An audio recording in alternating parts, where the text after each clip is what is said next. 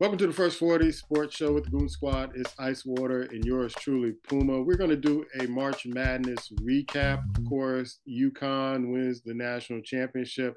I did not see that coming. I saw that they were really good at the beginning of the year. They fell off during conference play. And then Ice, they just dominated throughout the whole tournament. Nobody was really kind of talking about them beating teams with double digits.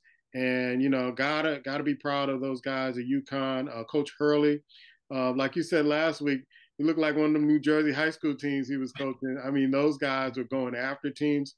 It seems like San Diego, they never settled down in the game. They were trying to rush shots, things of that sort. The games before that, Miami and Connecticut, it just seemed like Miami just didn't have enough. And then the last second shot was San Diego State. I mean, just hitting it. I mean, that's what March Madness is about. And it was like, wow, how can it get better than this? But again, congratulations to UConn. They did it. They did it when nobody else wanted it. They stood up and took it. Yeah, I mean, when we were on last week, we forecasted who we thought was going to win it all, and I was the only one that said UConn. Mm-hmm. And after watching them move through the tournament, particularly when you got within the into that Sweet 16 and the 8, they were dominant. You think about it, they won by double digits 6 straight times in 6 straight games. Yeah. I mean, they were dominant, and you can see as you got closer, particularly for me with the 4, and I started assessing the teams like you mentioned. Florida Atlantic played San Diego State. It's like, okay, that was a great game, went down to the wire. But then you saw Miami versus UConn. And again, the one thing I said before was UConn is huge. They're big. They play defense. They have shooters. They attack. And they're a type of team that they have a flexibility. And I think this is definitely kudos to Coach Hurley on this. They can run fast. They can score 95 points on you, or they can beat you by only scoring 58. They are a well-seasoned team, and they play off against each other. And the versatility, I think, really helped them win the championship, particularly late, because you end up playing Miami. Miami is a one-trick pony. The shots going in a little quick guards. They're going to try to go to the rack, try to beat you, try to out-finesse you, out-quick you. But when you have big fellas from UConn that can run just like you, get up and down, get in your face, frustrate you, make you change your shoes and everything else. I'm just saying. When you get that team that was just so fluid. I mean, Sonogo, oh my God. Yeah. The unsung monster in the middle. That, of course, you get the Hawkins with the shooter and so many other guys that they just kept coming, man. And it was like a ongoing well-oiled machine with Coach Hurley, which I love his confidence. And he's just a kind of entertaining dude, seems that way too. Like they ask him at halftime, what is your biggest what was your biggest fear or your biggest trouble? He's like, we are 12, we should be on 20. Yeah. We should be on 20 because we must lay up. We should be on 20. And he was just so full of life, man. And you could just tell they were ready. Hell of a situation. And they did what they're supposed to do. They got right in that situation and they handled it. So kudos to them. Very impressive team. Like I said, I enjoyed watching them. When I figured out nothing was going on with my bracket, I got down to the 16. I just sat back and started. I said, I love this UConn team. I love it because they go after, they play D, they get after you. They punish people, man. And they had a swagger about them. They were like, nah, you ain't getting that off. You ain't getting that off.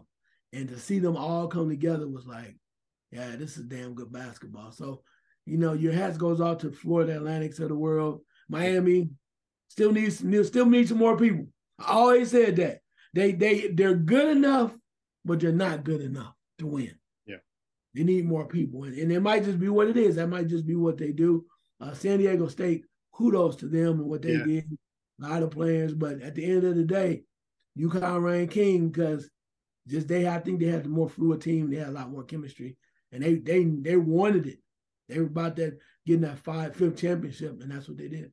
Yeah, it just seemed like this is the first time I saw all year watching San Diego is that they were just flustered. It's like they were rushing shots. They never really got settled.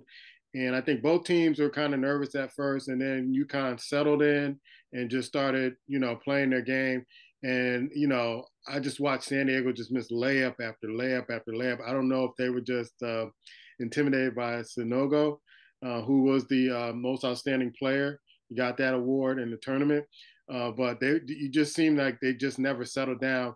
A little bit like maybe in the second half, before the 10-minute mark, they try to settle in, try to press, got some steals, turn the ball over. It sounded like looked like they were getting a little settled, and they couldn't turn the corner. They couldn't get it under 8 points or 8 to 6 points. And then UConn would just go on another run again, especially early on in the game. UConn went on that run. You got a feeling that, you know what, this game may be over because things were just coming too easy for them. The two other things that I really I saw through UConn, one of the things was pace. Mm-hmm. When they would get up and then things started not going their way, coach would literally say, hey, slow down. We're already up 12, 15, whatever. We don't need to rush anymore. The pace. And they literally knew they played their way and they controlled the tempo of the game and they dictated the way that they did. And the other thing was they literally, on the defensive end, did what they had to do. And also, too, which I thought was amazing at times, that they literally, particularly in that last game, they took some of their starters out to let them rest. Yeah. And their bench players was, oh, my goodness. Yeah. The big fella in the middle and so many other, they didn't miss a beat. And I think that depth really helped them because everybody was rested and refreshed. So when you came in there, you was just getting it in. And I think that was major in the way that they played together collectively as a group. On the contrast, San Diego's bench did not give them anything. Mm-hmm. And I think that hurt them a lot too. And it might have worn down the starters in that game.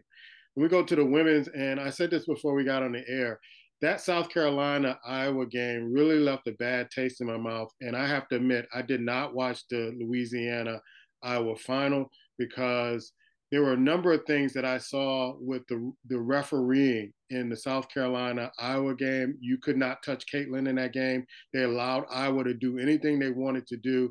When South Carolina tried to reciprocate, a lot of fouls were called.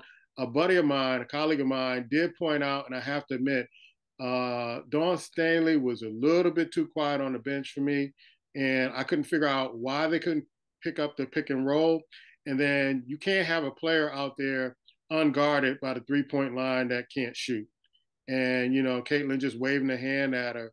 I'm not going to get into the issue. You might want to get into the issue of the double standard that's been talked about all week.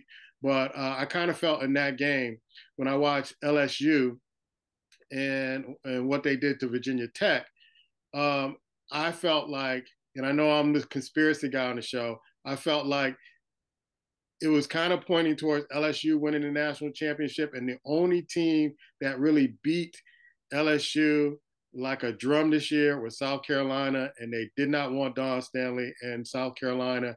And there have been things said about South Carolina team and the players and all that stuff. It's almost like they didn't want that kind of they didn't want that flavor in the national championship game.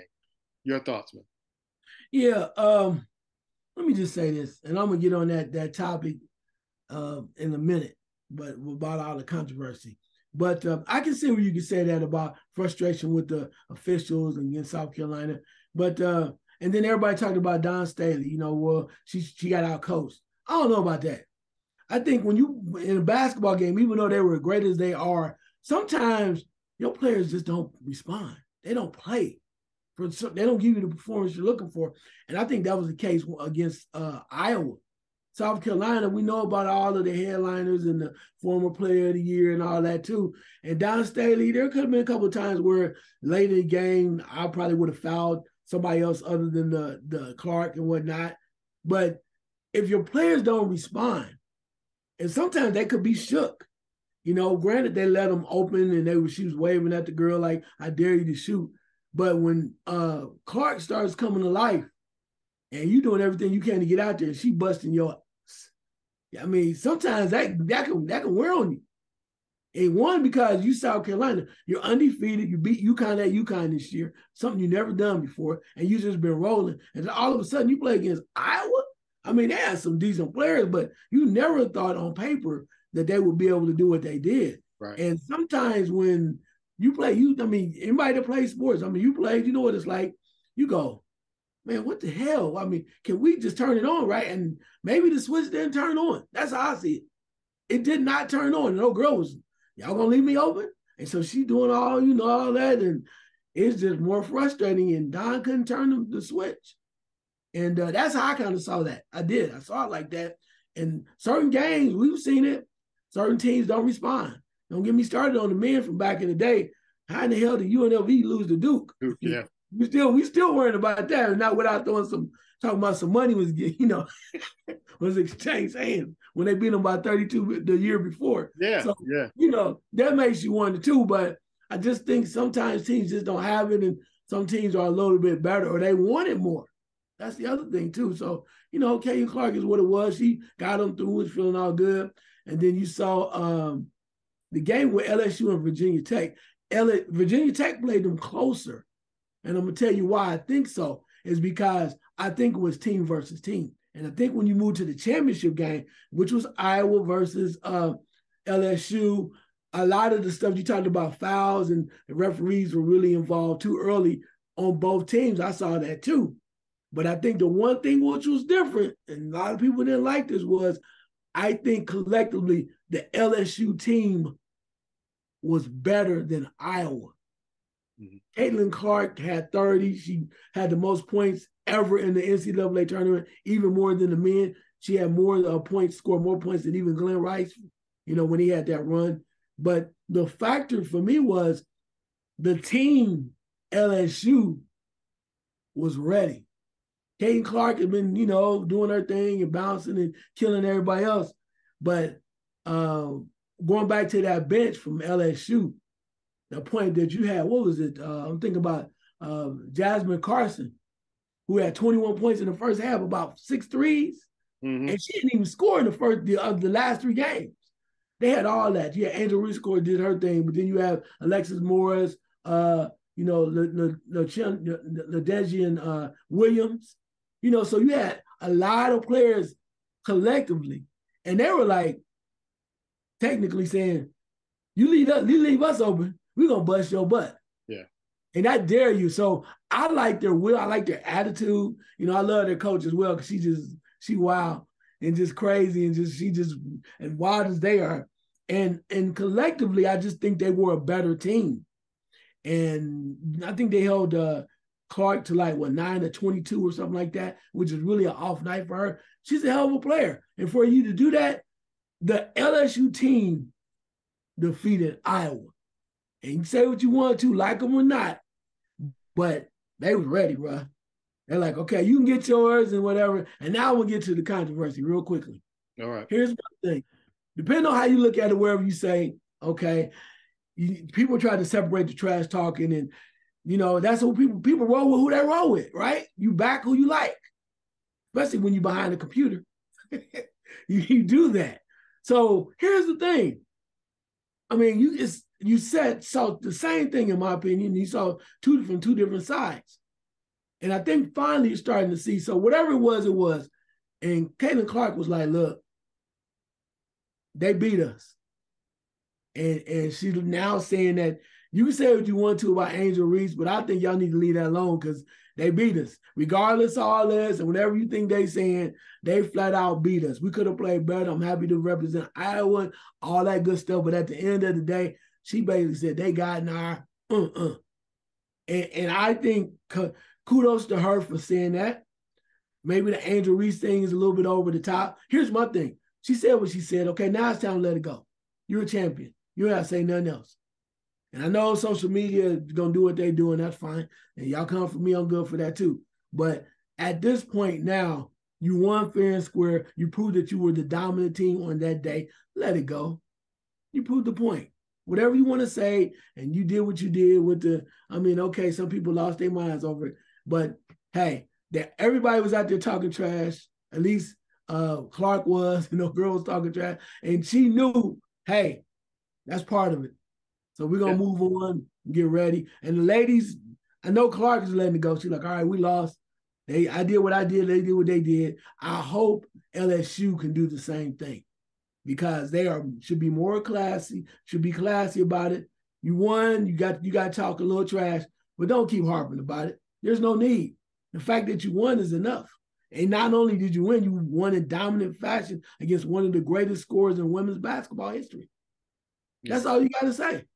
That's all you got to say. I mean, your performance said it all. You got to realize that's the most that was the most watched women's basketball game ever. And I know the ratings for the men's game was like one of the lowest ever. I mean, yeah. I mean, who didn't want to see that game on Saturday?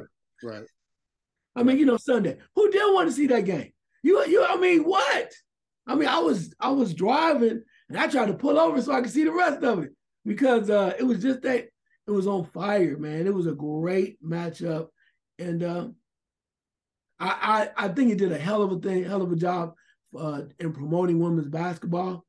I hope we keep getting more contests like that. I hope it's that fiery. Hope we getting more fiery. And fans, please, let's get off all of the trash talk. It's part of the game. Everybody's all right. Nobody got hurt.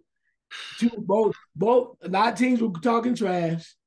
So it depends on where you fall, who you think was their fault. It's over. The trash talking kind of hyped up a little bit. Nobody got hurt. Nobody got, whatever side you chose, got to be a winner, has to be a loser. But hell of a game. I might have to go back and watch it again just because I want to see them jumpers. I'll say this last thing, and I know I'm going to get in trouble for this. I'm not mad. Caitlin Clark is a hell of a scorer, but I think that game, she was a defensive liability. That's just me. And maybe that's not her thing. She don't play defense. But you can see that LSU was like, if y'all don't come out here and y'all don't play the way y'all supposed to play, we're going to get you. And they knew that from the beginning. And, the coach was all telling them the same thing, that they like, nah, we may not have played great earlier, but we coming out on fire on this one. Again, great performances, great matchups, great tournament for the women. Oh, my God. Great tournament, just from the standpoint of the competition. I'm just saying. Yeah, I have my own opinions on it, and I just enjoy watching it. And I know about the refs. Okay, yeah, that left a bad taste in my mouth. But you got to play, man. You know what? I don't even want to watch the championship game because I know who's going to win this. I mean, you just set the table for it, and I had no horse in this race right here. Mm-hmm. But when I saw that, I'm like, even my pop texted me like, hey, you watching this? Like, man, I don't even want to watch it. I'd rather watch the HBCU basketball all-star game, and I'll watch baseball. I'm done with the women's tournament. And it's bad when you let, to me, refereeing kind of dictate that. And that's what left a bad taste in my mouth. And we see it in pro sports all the time. Leave college sports alone. I mean, if you want to, do that to the pro sports, we're used to that in pro sports. But college sports, leave that alone. Leave it alone. Let the kids play, and whoever is the best team wins. But don't get Boston 2 quick fouls, get her on the bench, and then you kind of destroy the game and destroy the morale of the team right then and there. And then you let who they want to be the star player kind of do whatever they want to do in that game. It didn't sit well with me when I'm sitting there watching it, and it just left a bad taste in my mouth. I can see that. But then again, I mean, I think that they were it's just the way that it goes. I know that they were collectively bad on the finals. So they started out with calling fouls on Iowa. And then, of course, they started making up with ticky-tack fouls on LSU. I think the referees kind of got in the way. And it's sad that it was an all-female group, too, that people going to talk about that, too, which is, that's sad because you want an equal opportunity, but that was the kind of pointed out. But I think in the end, despite all of the drama, I mean, we've seen a lot of contests where referees seem like they controlled the situation. But in that final game, like I used to always tell younger kids that I coached, the hell with the referees. Go out there and whoop their butts. If you whoop their butts, the referee, if you get about 15, there's not much a referee can do. And I think that's what LSU did. Yeah. LSU just said, you know what? We're not South Carolina. But I guarantee you, you're not going to, referees, the way the referees are calling the game, They're not going to be able to dictate this because we are going to be on fire and we're going to tear that butt up. We're gonna beat you bad enough where it doesn't matter. And I think that's what we need to teach more of our children when it comes to basketball. You have to watch how the games are being called, if it's ticky-tack fouls or they let them play. But you have to dictate to players to say, look, we need to just come out on fire, be disciplined, do what we do, handle our philosophy, and more than likely that's going to push us through. And I say, look, if you play hard enough and we're up by 15, you do not have to worry about the referees. Yeah. They don't even matter. And I think that's what we're getting away from. Yeah. In a related story, Joe Biden basically said, hey, we should invite Iowa and LSU to the White House, which my theory on that is that, you know, you have this newer generation where everybody gets participation awards and all that other stuff. I think is ruining a lot of the Gen Z folks.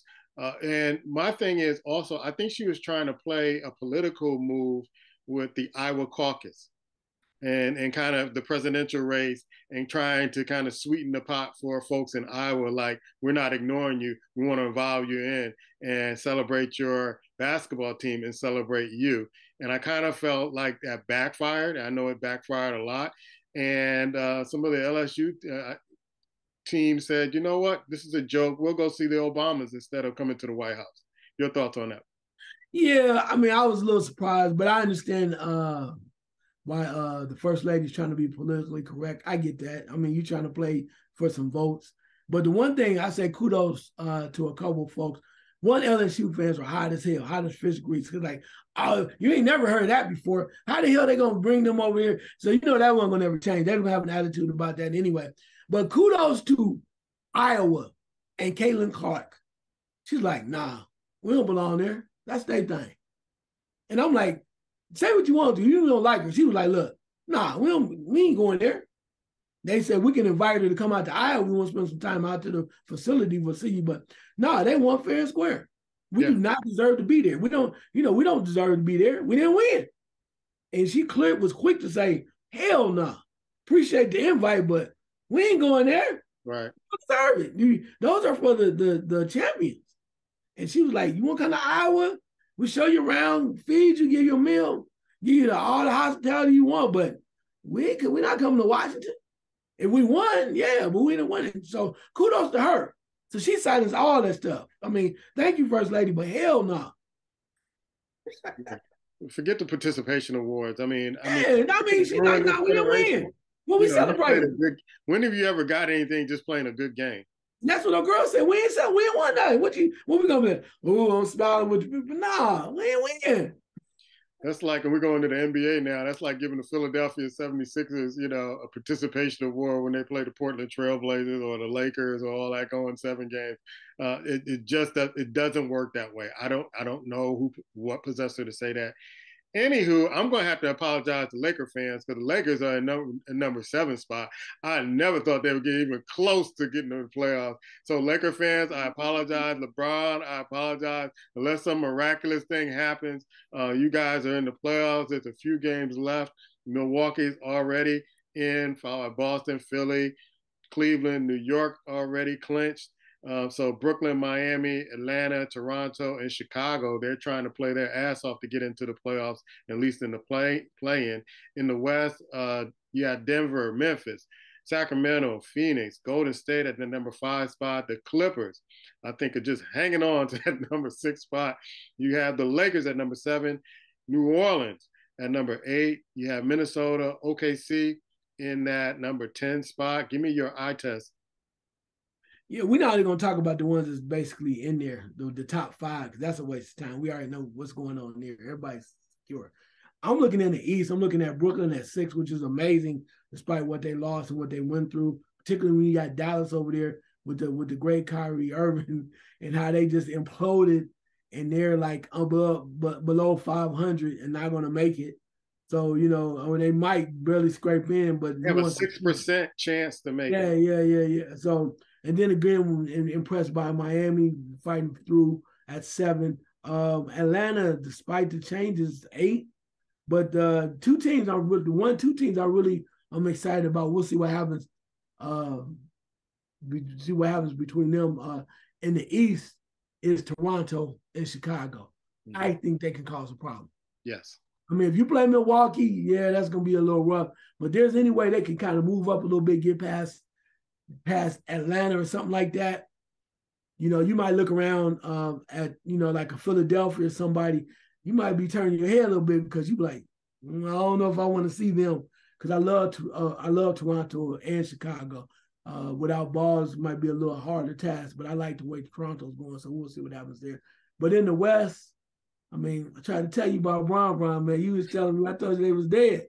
I said, when he went out, it forced Anthony Davis to raise his game up because everybody's going to talk about him. And then, of course, when D'Angelo Russell was healthy and so many other guys came through, the changes they made and the trades they made really helped them become a better team.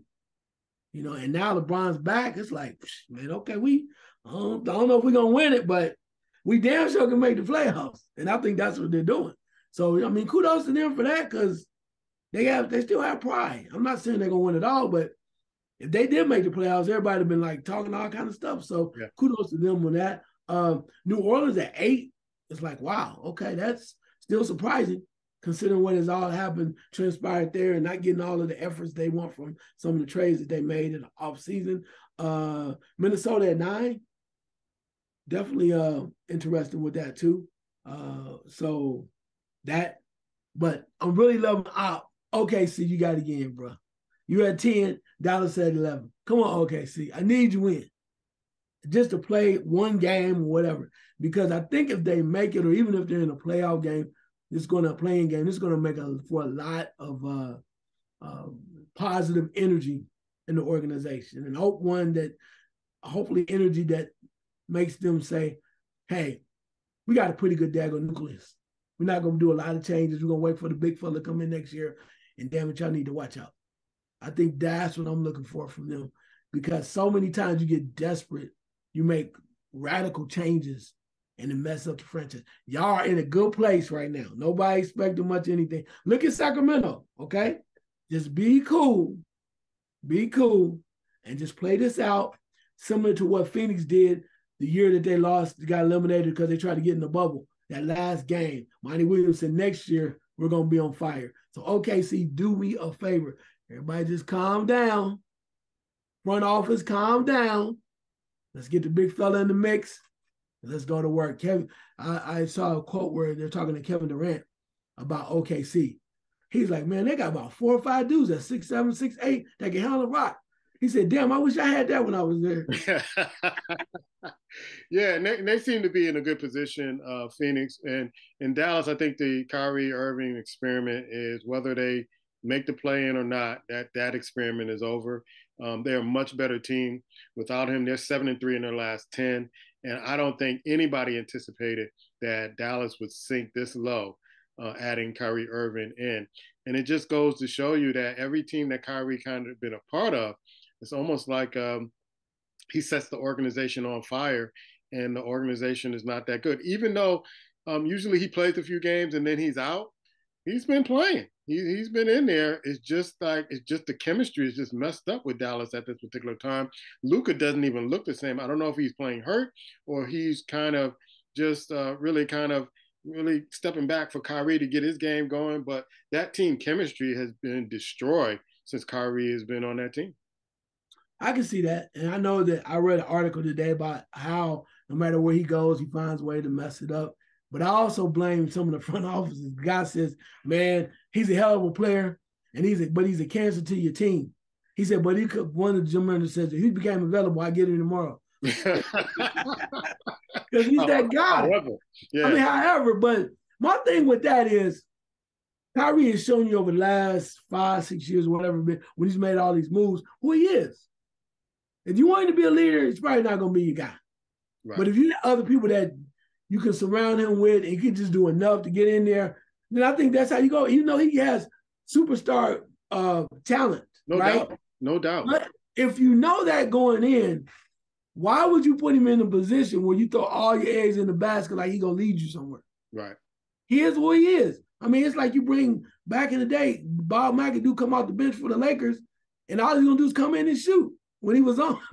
You got to know guys' roles, and you got to know. So you say what you want to about the Luka thing, but Luka and them struggled while he was there. Luka scored a bunch of points, but they made it to the finals last year because it's the conference finals because it's a quirky year. Yeah, you have a chance as hell now because teams are coming back around. So I'm saying is you got to understand who he is, Kyrie that is, how he plays, and what you're gonna get out of him. If you know he's gonna take some time off and not be around, whatever, you got to account for that when you get him. You can't think he's gonna come in and he's gonna lead us over all the way back to the Western Conference Finals. Wrong answer. Well, I think a lot of teams have been exposing. Dallas never really had good defense, and now it's being exposed. Out there because Kyrie is there, more attention on the team. What I've seen watching them is that their defense is atrocious. I mean, they have no defense. They can't stop anybody. They can score, but they can't stop anybody. And so I think that was a problem with Brooklyn when he was at Brooklyn. That was a problem when at Boston, they just didn't generate enough defense out there with him. It was all about offense. Sticking with the NBA, you have the Hall of Fame coming up. What do you think about? Is this the right call? Should they wait on certain players in this particular class, or was this the right call with these players?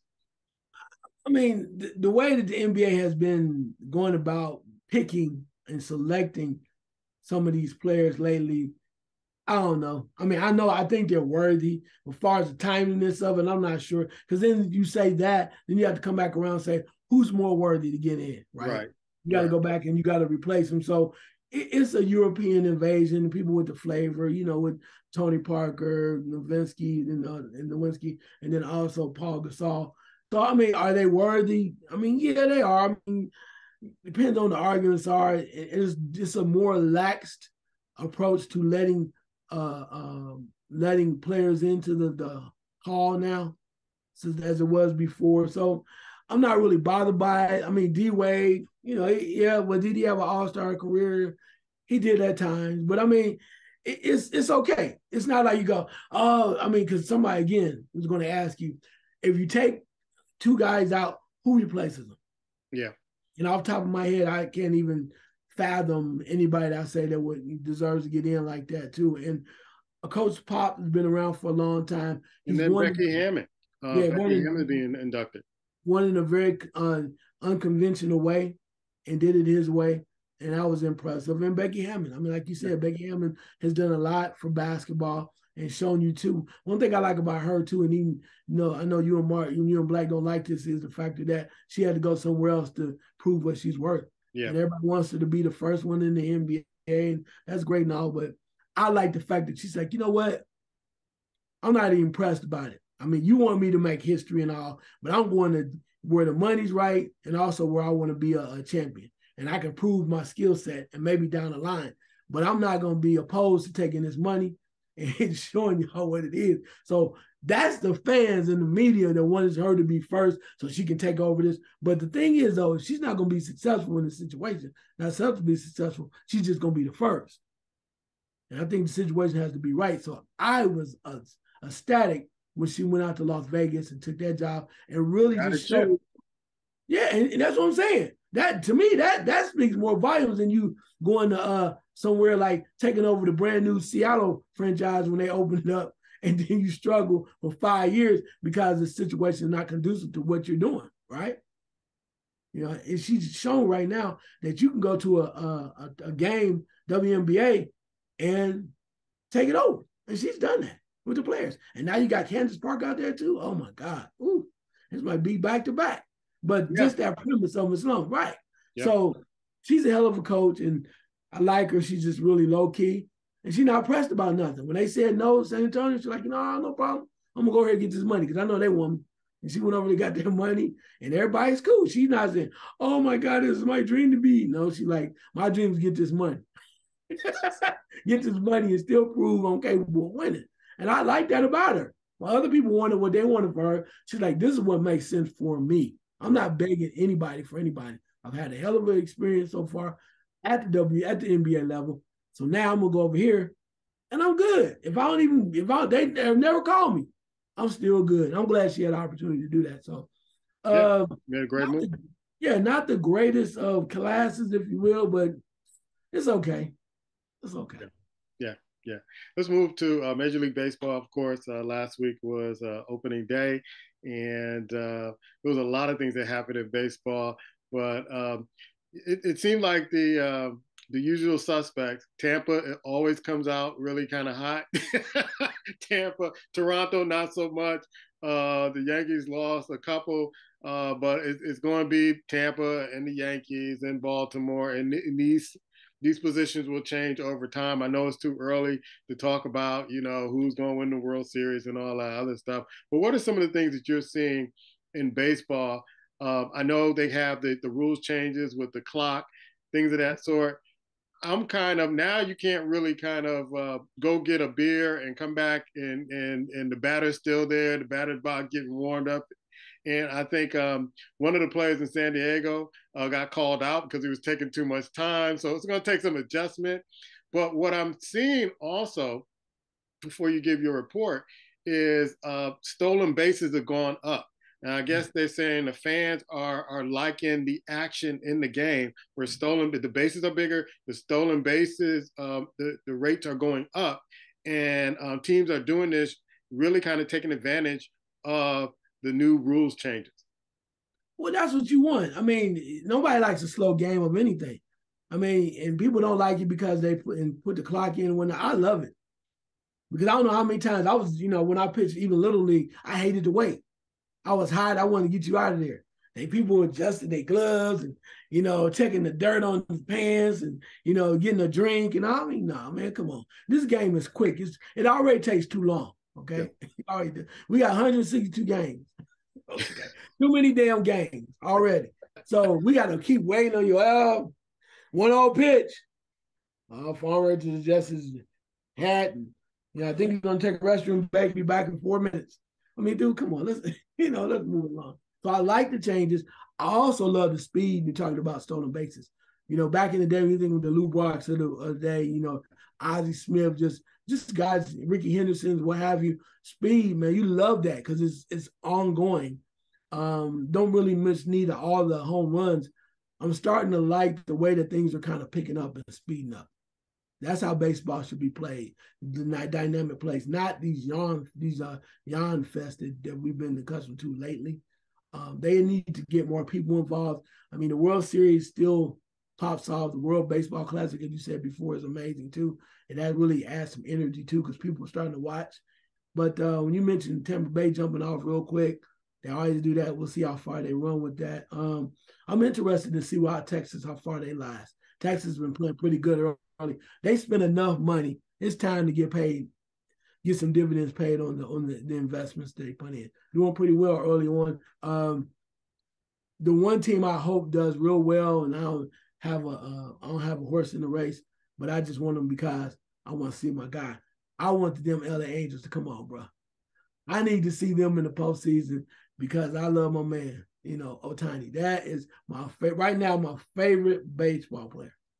Ohtani, hands down, because he just has the wherewithal. He has he just has the skill set, and he's what's good about baseball. So I love seeing him. When you look in the AL West, I'm sorry, in the National League West East, you look at Atlanta's going to be making noise. The Mets, it's time for them to turn the corner. Got a lot of the money, spend all that money. It's time for you to turn the corner. You got enough players over there. Philadelphia, even though they're kind of struggling early on, they'll find a way to be back in the mixes too. Milwaukee, time to stand up a little bit more and be stronger. And San Diego, okay, come on. Yeah. You spend enough money now. Spend enough money. And let's not even go into the Yankees and the Dodgers. We know how it is, like a broken record. At the end, they're going to always be around somewhere. You're just trying to find out how long they're going to be there. You know they're going to make the postseason. You know what they're going to do. You just say, and then it's either the Yankee fans, like somebody I know, oh, my God, I can't believe they're not going to win it all. Okay, well, we know, quit crying. There's a lot of teams out there. Like I told you, the Reds fans are like, damn, we were already down 10. And the season just started. So certain particular players are going to still, the same players are going to be there. It just, we need to see whether or not what's going to happen down the line. But I'm glad it's back. That means spring is back. It's going to get warmer. I might actually go to a couple games this year. I might actually travel to Cleveland, especially if I can find a date. If I can find that Ohtani pitching in Cleveland, I would drive to Cleveland and watch that. Wow. I just ordered this shirt. It's a Nike shirt that says the Yankees just hate us. Right about that.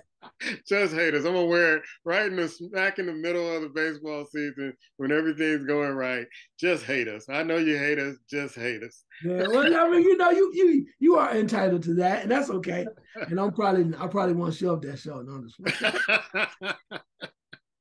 all right, let's go to questions. And one of the questions I want to start it off first is that the one and done rule, it might be over because Notre Dame administrators they're trying to suggest to create a minor league for the NBA and football to kind of coincide with that 3-year rule. You have to go play football in college for 3 years for the NBA.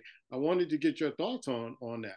You said Notre Dame came up with this? Notre Dame administrators are calling for a creation of a NFL and kind of like an NBA minor league to stop the one and dones from college players just coming into college 1 year and just leaving because the NCAA football does it where you're required to play 3 years before you get into the NFL draft.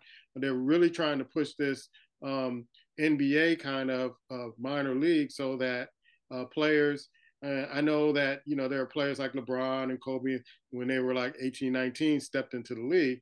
And I, for one, before, I'm kind of answering the question, I wrote an article on your website, The Reality of Sports, that I, for one, players are making money, and not all players are making money in college, but some players are making money. So it doesn't seem like people have that hardship anymore of just trying to get in the league. And I feel that in the NBA, you get grabbing a lot of players out of high school, one and done. It's really, really kind of hurting the game, in my opinion, in the NBA. Your thoughts about the Notre Dame administrator saying, hey, we want to create this minor league so we can, have these teams in the NBA, have these minor leagues so that folks can't do the one and done and kind of leave colleges kind of destitute, or if there's an option, put them in this league before they go into the pros. Ooh, I gotta be careful when I talk about this because my brain is on fire and I want to say what I really want to say, and I'm gonna say it. I can understand what people are feeling. I can even show where you're coming from on that on this situation. But my first problem is Notre Dame. There's got to be some money involved with Notre Dame. But Notre Dame ain't just coming out just out of goodwill going, well, we're concerned about care about the players. Yeah, we're really concerned about the game and the welfare being of the game, and we want to make sure these kids are going to be able to be in a position where we really are in their best interest. We're thinking about them in their best interest. Dude, come on now, Detroit coach. These kids, they play so hard. These kids, the damn kids. Come on, man. You know this. Notre Dame? Yeah. Notre Dame. I mean, okay. No, and at the end, you be like, Notre Dame, what y'all getting out of this? Well, we're just really worried about the man. Okay. Anyway. When you said, I had to ask. You asked Notre Dame, yeah. I repeated. I said, please repeat. Did you say Notre Dame? Yes, Notre Dame. You're like, oh, okay. Anyway. But we know what they're about. They're about the coin.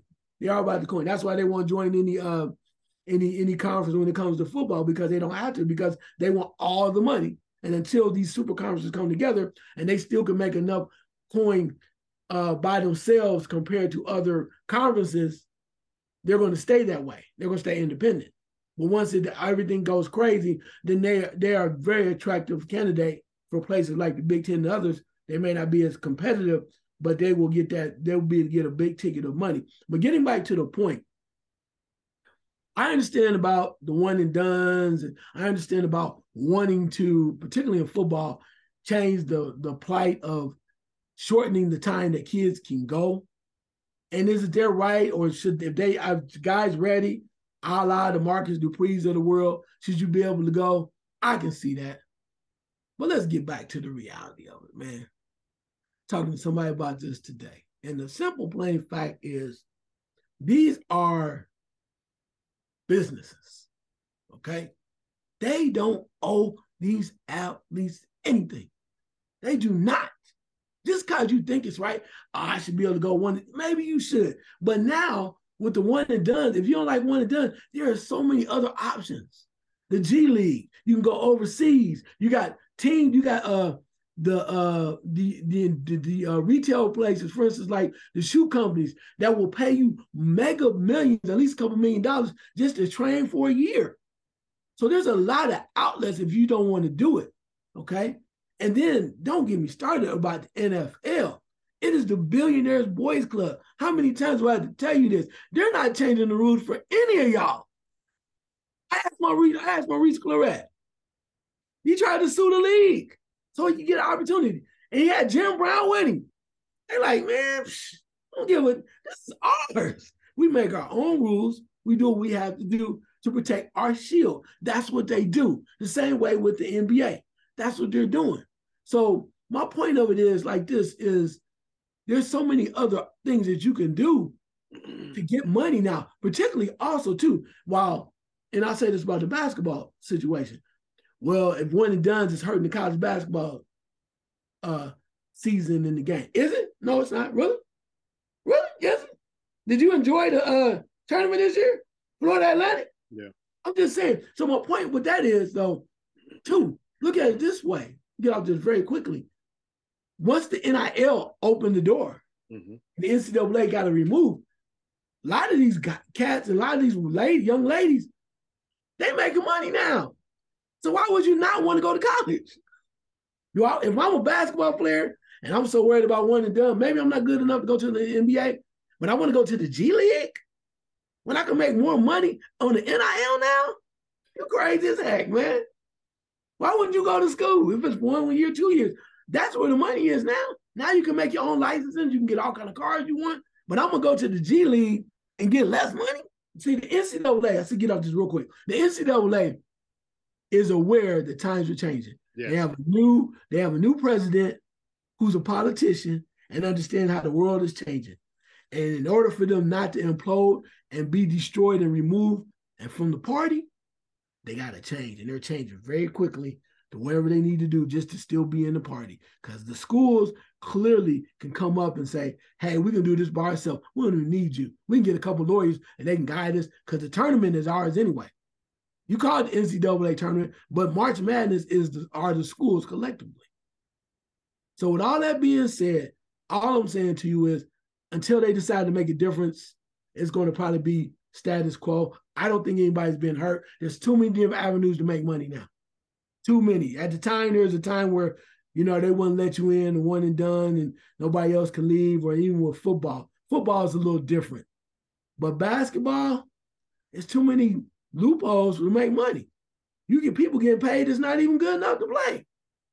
So with all that being said, I think the time will come where it's going to open up like it's supposed to. But right now, hey, March Madness is still cashing checks. And now the women blowing up on TV, man.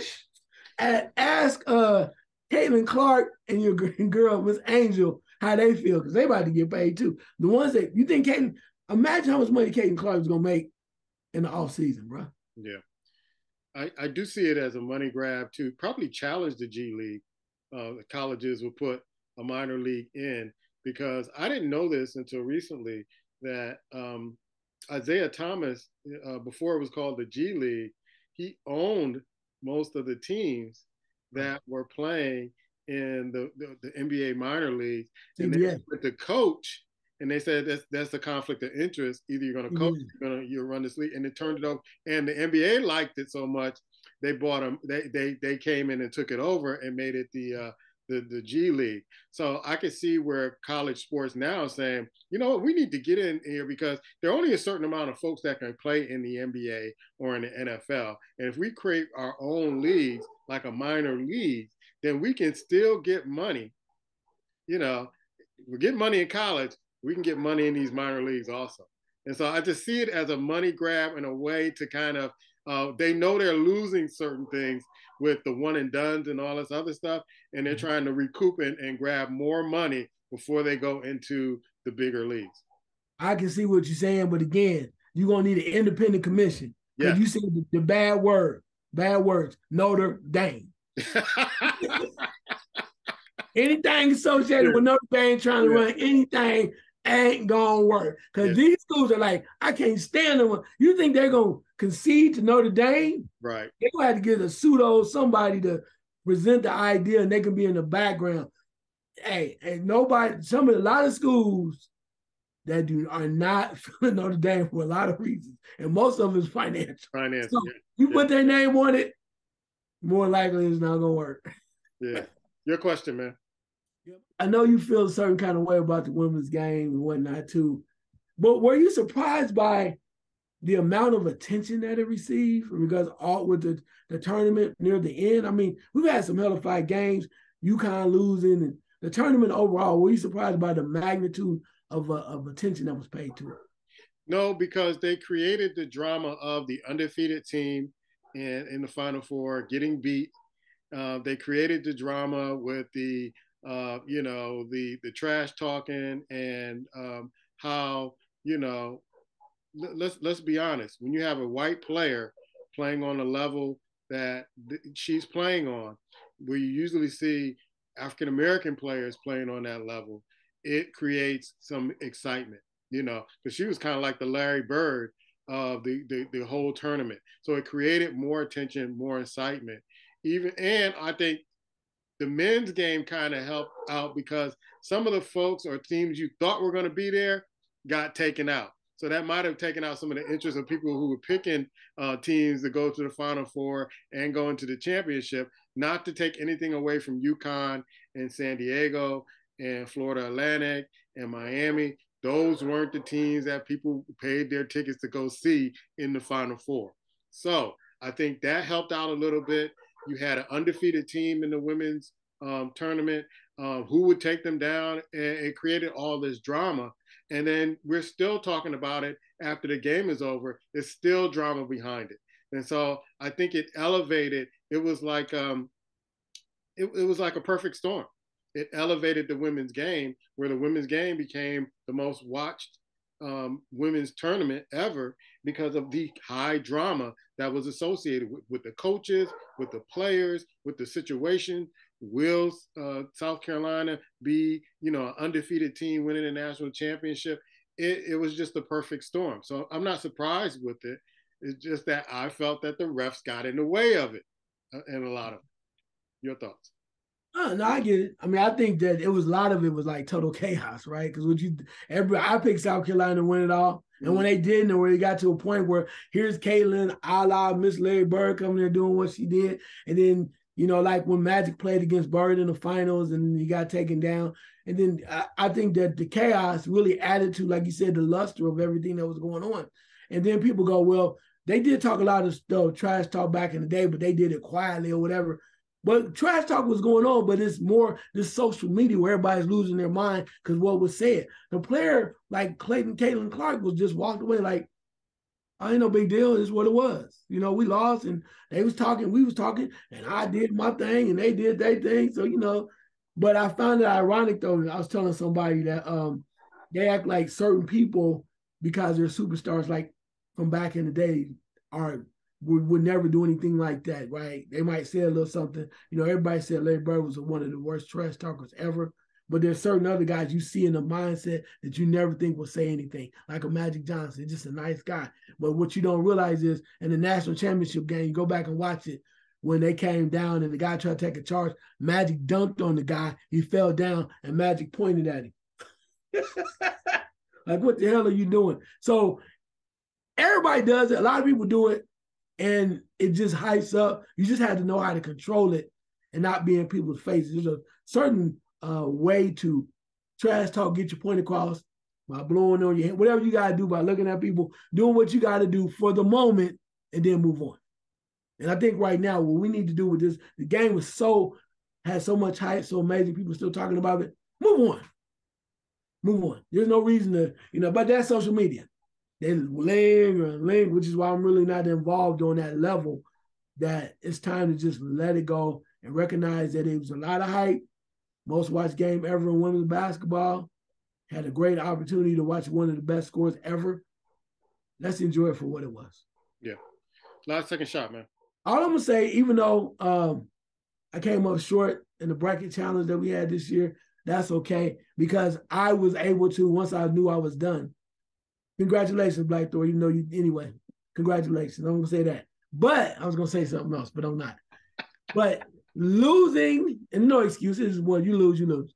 But not being involved in it being over so quickly allowed me to sit back and watch the games. Especially with the men's tournament. Like I said, watching two number one seeds get knocked out the way that they did, watching teams just getting beat the way that they were with the Miami's doing their thing, Florida Atlantic stepping up the way that they did, San Diego State in the Final Four. Yeah. Wow. Purdue losing in the first round. It was total mayhem, March Madness. Even a little bit on the women's side, UConn losing. So many other teams losing earlier. We had perhaps, even though it may not have set well for a lot of people's brackets got busted, we had some very engaging and some very entertaining basketball. I think it lived up to the bill, even though some people were disappointed. I think it lived up to the bill. It made people watch. The final game of the men's, okay, neither here nor there, but collectively overall throughout the tournament, I think it was solid. And I think the women were too. And again, it didn't disappoint. I'm glad it happened. I hope it keeps going on forever. As long as I'm on this earth, I hope I keep getting surprised and being able to enjoy it the way that I am. Ice and I do a boxing show on this same channel, The Fight Game with Ice Water and Puma. And my last second shot goes out to Roy Jones Jr. And there was a fight last week. I didn't watch it. I did not want to watch it. And he fought an MMA fighter, and I believe he lost on points. And it just kind of reminds me of, when fighters are way past their prime, and I don't know what situation Roy Jones Jr. is in, if he needs to go out there and fight for money and all that other stuff. But it just really saddens me to see fighters when they're really past their prime and maybe they don't plan financially, still stay in the game and stay in that ring. It is no game. You can't play boxing. Anything can happen in that ring and you are taken out. You are maimed for life or injured for life. So it really made me feel bad for Roy Jones Jr. still out there in his 50s. I think we were around the same age. I think 54, 55, something like that. And out there fighting and risking his life out there when he should be really kind of being on the toast of the town, celebrating his career and making money to take care of anything he needs to take care of instead of just letting go. There's a certain part in your career, you got to just let it go and you can't compete on that level anymore. So hopefully he lands a position where he can make some money, be gainfully employed, and doesn't feel like he has to go in the ring and prove anything. Your career, sir, speaks for itself.